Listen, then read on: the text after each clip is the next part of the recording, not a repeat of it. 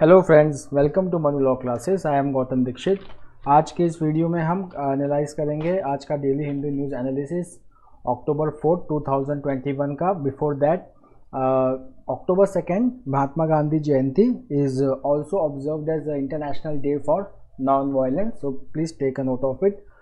So let's move to the important news today. So 4 farmers killed as car in minister's convoy runs amok. This type of news are basically not important, but it is an incident which happened in Lakhimpur Kheri. It's a district in Uttar Pradesh where the car convoy of a minister rammed into a farmers group who were protesting and killed 4 farmers.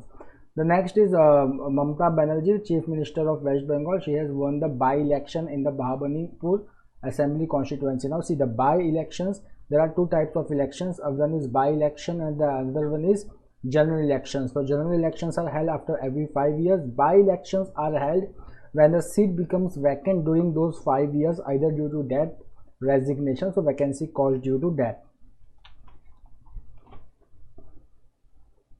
Now gaming disorder increases during pandemic. So this is the news which is coming, that the World Health Organization has categorized gaming disorder as the mental health condition in 2018. Okay, so if you will just see the gaming in India, so we will see that a 2019 survey by the US based Limelight Network has found that India is has the second largest number of gamers, just after South Korea. Then according to All India Gaming Federation, India's online gaming industry is expected to be worth rupees 15,500 crore by 2033. Now, why there is a problem?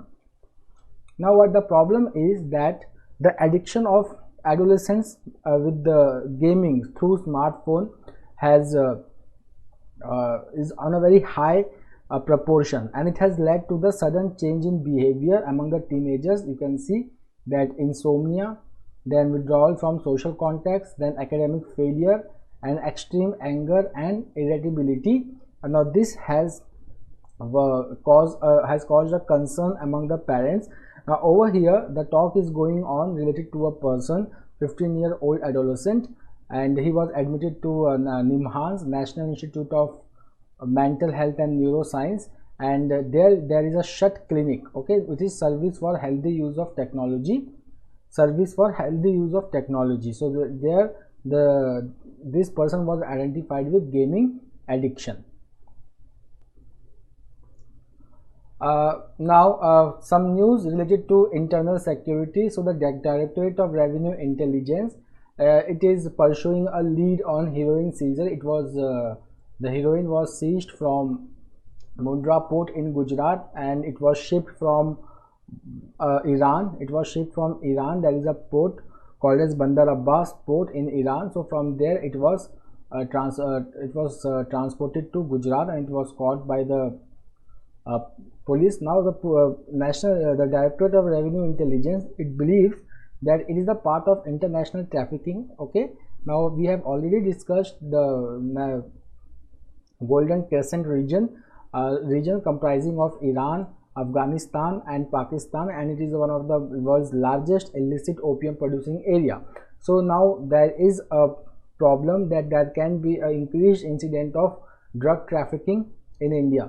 Now the similar incident was reported on September 10 when the Sri Lankan Navy had intercepted a foreign fishing vessel carrying about 170 kg of heroin in international waters. Now 9 Pakistani nationals were aboard the boat. Now coming to this case of Mundra, now here the arrests have already been made. Now if you can see the arrest, that there are 10 accused who have been arrested. Out of that, 6 are Afghan nationals and 1 is a Uzbek woman.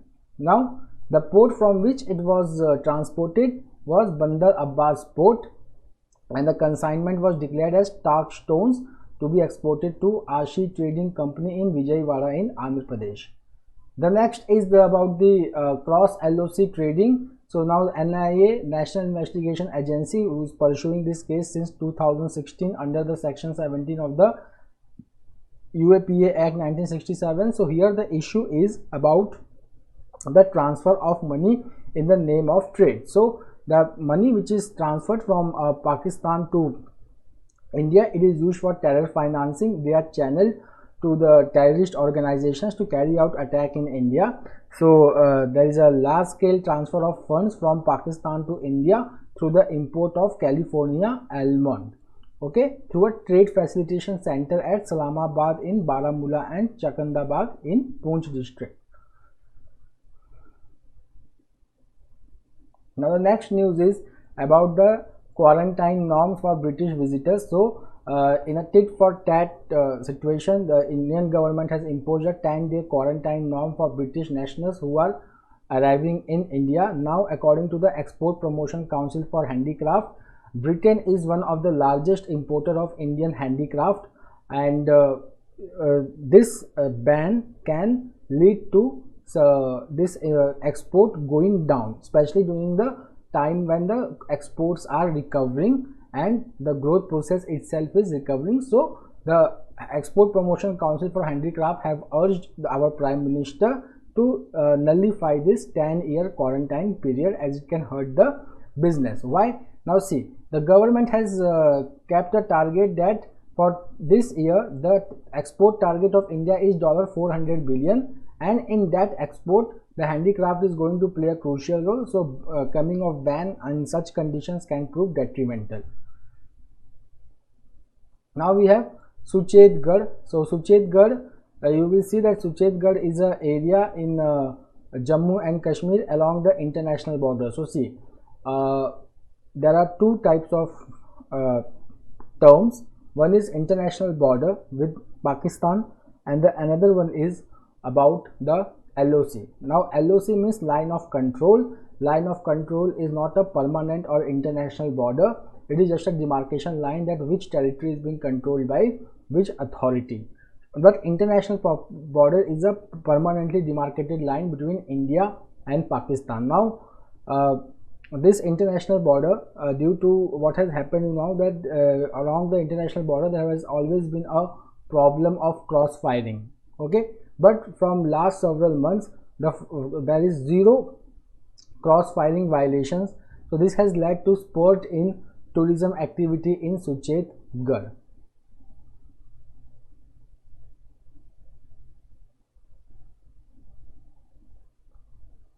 Now Chinese transgressions are testing India, says officials. Now if we just see the India-China border, so India-China border is divided into three sectors: western sector, central sector, and then we have eastern sector. So we will see the western sector is Ladakh, central sector is Uttarakhand and Himachal, eastern sector is Arunachal Pradesh. Now the Galwan Valley skirmish between two armies took place in western sector, but now we are talking about the central sector, we are talking about Uttarakhand.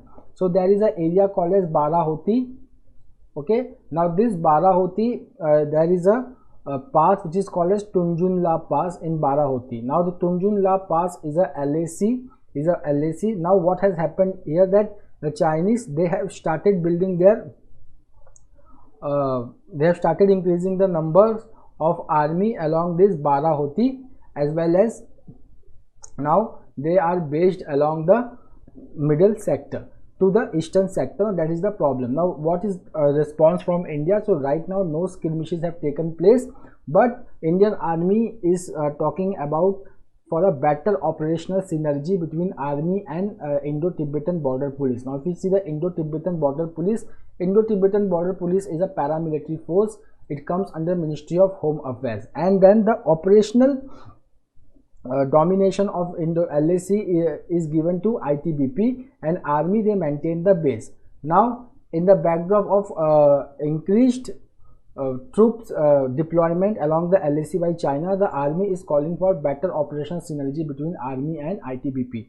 Now ITBP, if you will just see over here, that ITBP was raised after the 1962 war, and it guards the 3,400 km long LAC, and it comes under the Ministry of Home Affairs. Now the operational requirement of the ITBP, they are decided by the Army, okay, but what happens is that the force maintains its independent chain of command, and they report to Ministry of Home Affairs, not to the Army. So here the Army now wants the better synergy between ITBP and Army for better patrolling of these areas. Now Supreme Court to hear plea on oxygen shortage. So the death due to oxygen shortage during the COVID-19 wave. So now the Supreme Court is going to hear the plea and to identify the negligence on the part of officials. Now Zydus wants rupees 1900 for its vaccine. Now it is about the pricing of Zydus. Now Zydus is a 3-dose vaccine manufactured by Zydus Cadila. It is the first DNA-based vaccine and needle-free COVID vaccine manufactured in the world, and it will be applicable to anyone who is above 12 years of age. So the pricing issue is going on with the government about fixing the prices. Cadila wants the price to be fixed at rupees 1900, but government wants it to be lessened than that. Now about the Trincomalee oil tank farm, it is in Sri Lanka. Our Foreign Secretary Harsh Vardhan Shringla visited the Trincomalee oil tank farm. Now the Trincomalee oil farm is being built by Lanka IOC, which is the Sri Lankan subsidiary of Indian Oil Corporation, and the Indian Oil Corporation has a lease of 99 tanks at the facility for the period of 35 years. Now about the Trincomalee oil tank, this oil tank farm was built during the World War II by the British in Sri Lanka. Now about the Pandora Papers. Now see this Pandora paper. Now about the Pandora paper. Now the Pandora Papers, they are the latest in a series of mass ICIJ leaks. So ICIJ leak, if you will say, it is the International Consortium of Independent Journalists.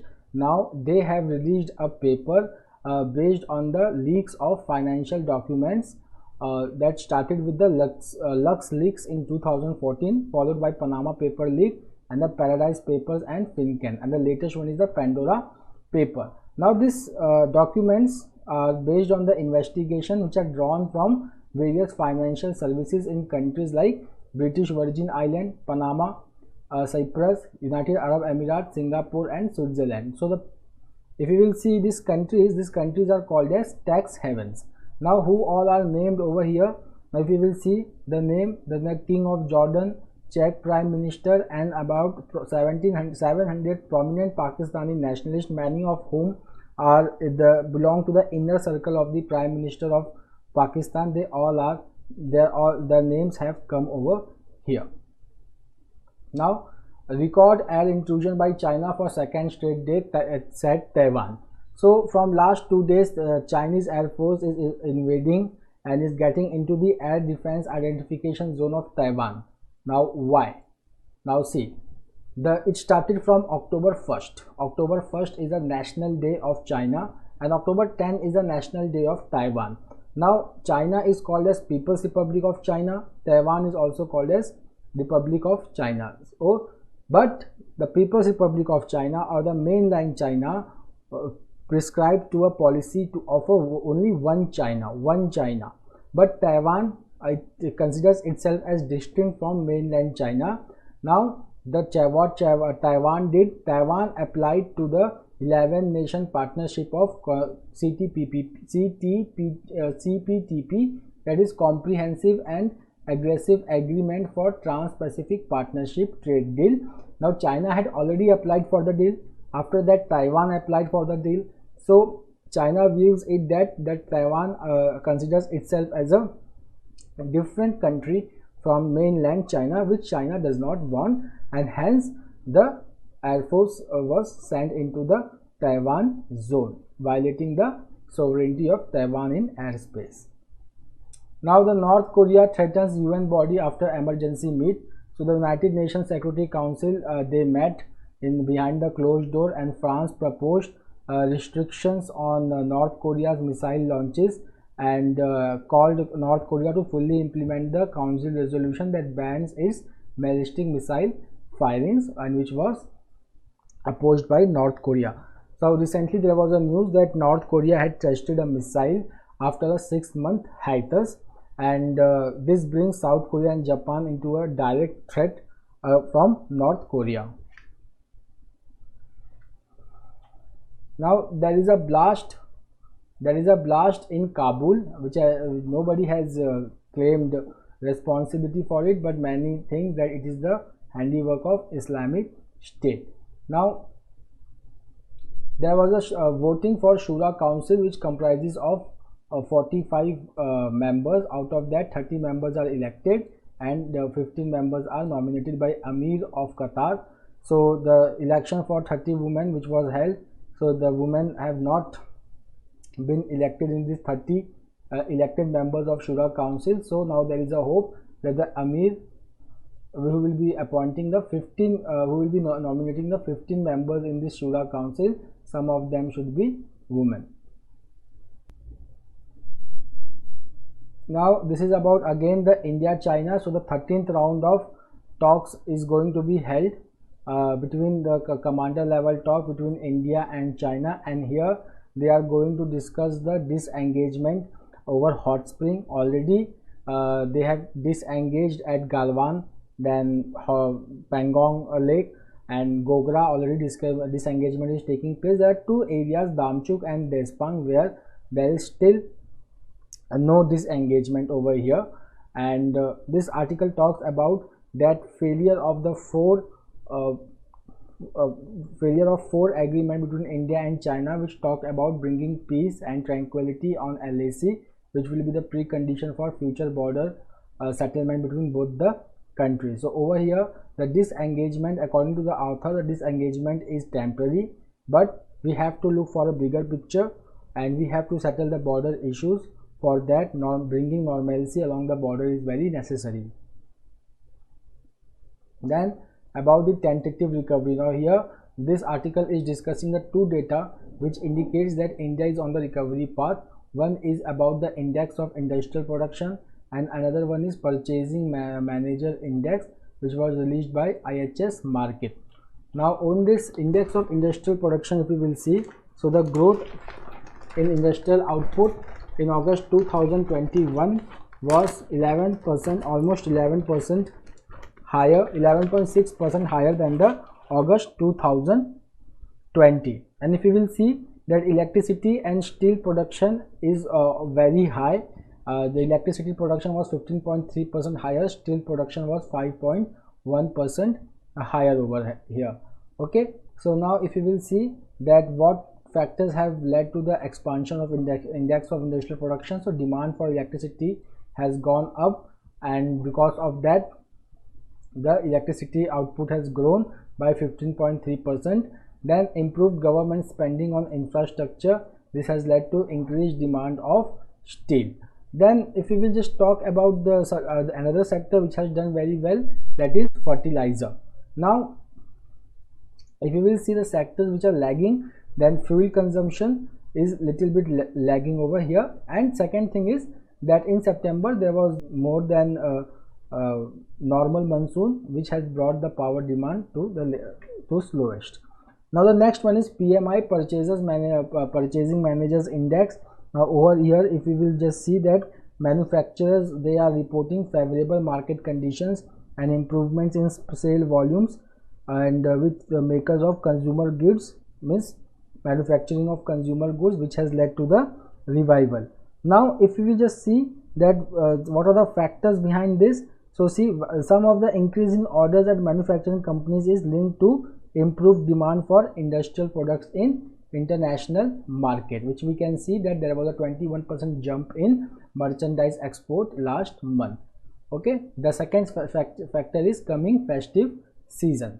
Now one of the drawback highlighted by the purchasing managers index is that there was no fresh hiring for the second straight month. Okay, then the prices of fuel was very high, transport cost was also very high. Now reimagining the food system. Now there are certain important things over here. This editorial is very important to understand the system of food production in India and to understand its implication in the world. You have to write me in the comment box that which of the sustainable development goals aims for removing hunger from the world. Now for the first time, United Nations Food System Summit was held in 2021. Okay, and some of the goals was that how to bring transformation in food system, okay, and how to achieve the sustainable development goals. Now why this food system summit is important, if you will see that during COVID-19 the supply chain okay, was disrupted, and the danger of malnutrition and hunger was very high during the COVID-19 period. Okay, now some of the important themes, 5 identified themes under this summit was ensuring access to safe and nutritious food for all, then shifting to sustainable consumption pattern, boosting nature positive production, then advance equitable livelihoods, and build resilient to vulnerability, shock and stress. Now some of the importance of this summit was that it also focused on how to empower all people to leverage the power of food system to drive our recovery and building back better.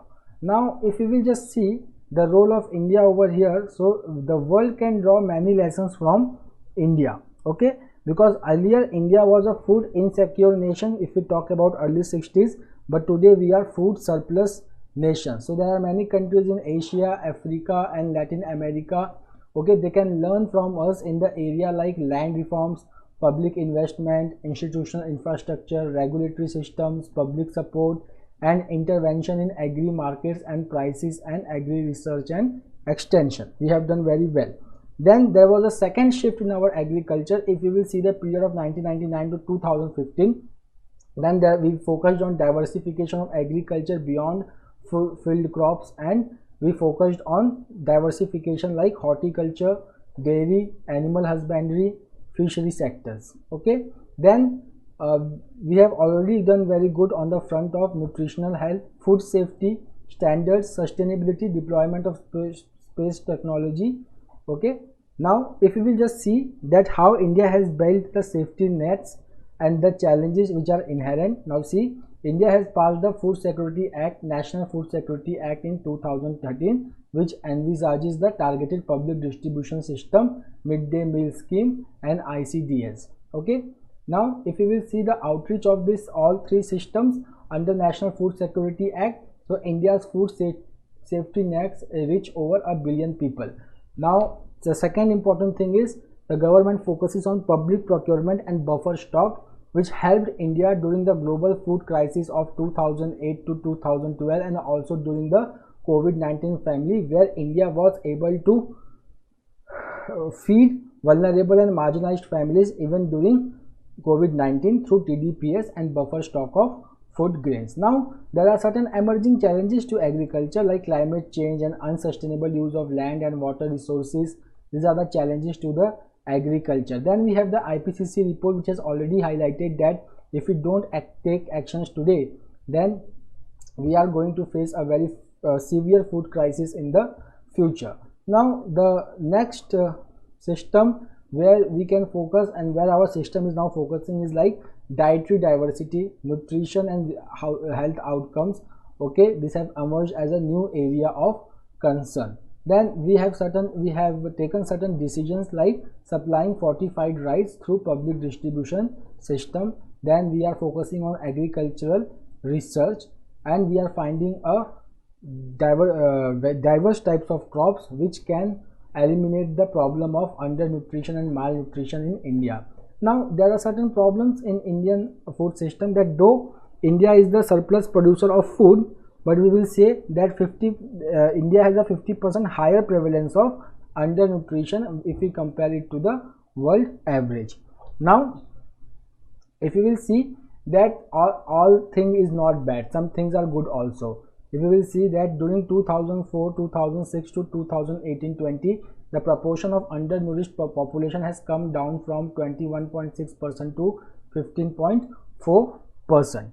Okay, then the high prevalence of undernutrition in country is not due to food shortage or low availability of food. Okay, we have to find out some innovative systems like supplying the fortified rice through PDS and Poshan Abhiyan. Then the next challenge is about the food wastage. Reducing the food wastage is very important. In India, the food wastage is very high. It is about rupees 1 lakh crore. Okay. Now, if we will just say that undernourished persons, then the state of the food security and nutrition in the world's report estimates that around 1/10 of the global population was undernourished last year. Okay, so we have to work on food, because food insecurity is the key driver of conflict and instability across the world. We have to bear in mind that food is a peace. Food is peace. That's why in 2020 the Nobel Peace Prize was awarded to the United Nations World Food Program.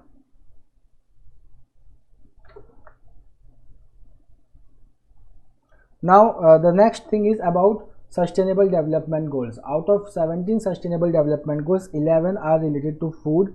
Then that's why we have to build a partnership between government, citizens, civil society organization and private sector to improve the food system in the world. We must also collaborate in investment, and we must innovation and creating solutions in sustainable agriculture, which contributes to livelihood, food security and nutrition.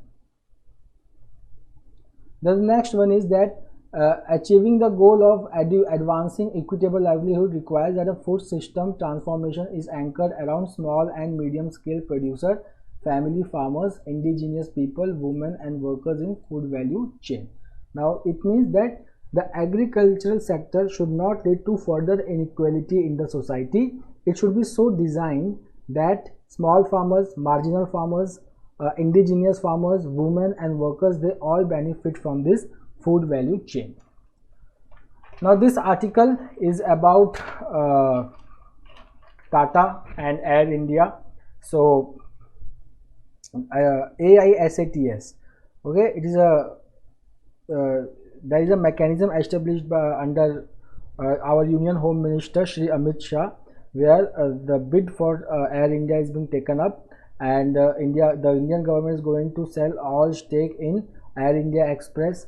Okay, then Air India, and 50% shareholding it holds in the joint venture which is called as AISATS between Air India and Singapore Airport Terminal Services. Now according to the author, he has highlighted some problem with this merger. The problem is that Tata, they are already running Vistara and Air Asia India. Okay, now bringing back all Air India back into the fold, okay, it may lead to more burden, okay, because right now both the airlines are just on the path of doing good, okay, and bringing Air India into that fold may slow down this growth of these both two airlines. Now the second important problem is about the many problems which may emerge, such as the Air India's employees. Now where they will be adjusted, how they will be absorbed, whether their absorption into a wide Tata company where all the two airlines Air Vistara and Air Asia will be merged, it may lead to problem. Okay, then there are certain staff issues and lack safety culture with Air India which may lead to dilution of standards. So these are some of the problems highlighted by the author. Now over here, understanding the Taliban for what it is. So here the author is now giving a picture of Taliban, and he is saying that Taliban is right now in the dire needs of funds, but US is not going to fund after its after coming out of Afghanistan. Same with the European Union, because they will not fund, because the new Taliban government is not inclusive, not respecting the human rights. Most of the funds will depend upon how Afghanistan or Taliban government comes out on human rights record. Then Iran and Russia and China, they are remaining, so they cannot fulfill the funds which was supplied by US when they were there. So China, it is going to give loans, not grant. So Pakistan is the only one, okay, to which they can take a help. Okay, the second problem is about the Taliban's government, which is not inclusive. It includes Pashtuns, and then their human rights record, as they have taken the power, so they have not allowed women to join the workplace. Then in schools they have imposed restrictions, okay, and majority of the demands of the world for including non-Pashtuns in the government, it has not been followed by Taliban. Then the article talk about the hodgepodge of militia. So see, the author says that there may be many Talibani who may not be happy in the future with the political discourse taken by the present Taliban government, and they may join Islamic State Khorasan province. Furthermore, they say that this generation is not like the older generation. This generation of militias, they listen to music, okay, they are not as hardliners as their predecessors were. So this may change the trajectory of terrorism in Afghanistan. So these are some of the problems over here. Then it talks about Sirajuddin Haqqani. Haqqani is the most violent group of Taliban, and many were not allowing Sirajuddin Haqqani to take over as the interior minister, but it was due to intervention of ISI from Pakistan that he was made the interior minister. Now NH2, it is a gas pipeline called as Nord Stream 2. It runs from Russia to Germany across the Baltic Sea, which is now complete, and there is controversy also, a small controversy related to Ukraine, that Ukraine thinks that this gas pipeline may endanger its future revenue, and hence it has